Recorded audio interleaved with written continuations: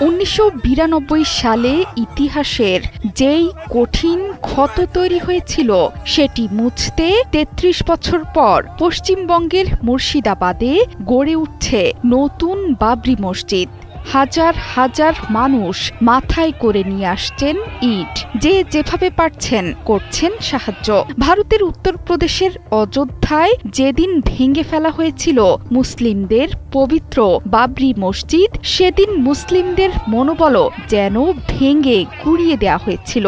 সেই ইতিহাস মনে করে এখনো ডুকরে কেঁদে ওঠেন ধর্মপ্রাণ মুসল্লিরা।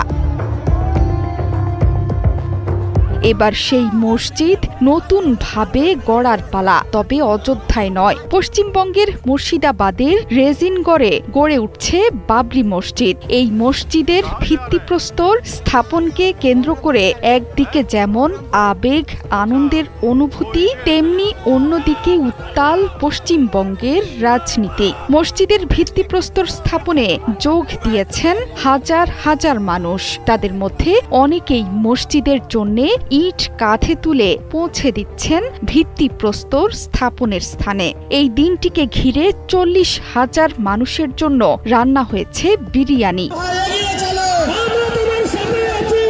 মসজিদের ভিত্তিপ্রস্তর স্থাপন করেছেন তৃণমূল কংগ্রেস থেকে বহিষ্কৃত নেতা বিধায়ক হুমায়ুন কবির। বাবরি মসজিদ ধ্বংসের ৩৩ বছর পর শনিবার দুপুরে নতুন মসজিদের ভিত্তিপ্রস্তর স্থাপিত হয়েছে। এতে অংশ নিয়েছেন বিভিন্ন অঞ্চল থেকে আসা শত শত আলেম, ওলামা এবং হাজার হাজার মুসল্লি। সবার উপস্থিতিতে ফিতা কেটে ভিত্তিপ্রস্তর স্থাপন করেছেন হুমায়ুন কবির। তিনি বলেছিলেন, ভিত্তিপ্রস্তর স্থাপনের দিনে মোরাদিঘির কাছে ২৫ বিঘা জমিতে সমবেত হবেন প্রায় ৩ লাখ মানুষ।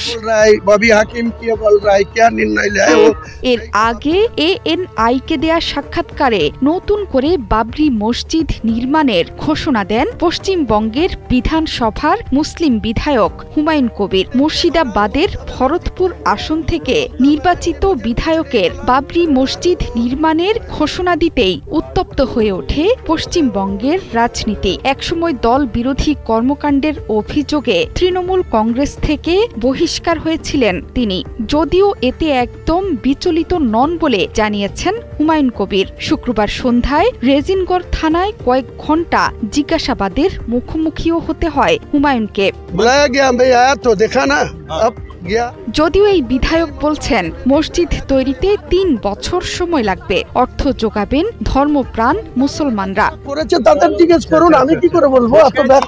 রাজনৈতিক উত্তেজনার মধ্যে আজ শনিবার মসজিদের ভিত্তিপ্রস্তর স্থাপন হলো। ৪০,০০০ মানুষের খাবারের জন্যই ব্যয় হয়েছে প্রায় ৩০ লাখ রুপি। সব মিলিয়ে বাজেট ৬০ থেকে ৭০ লাখ রুপি।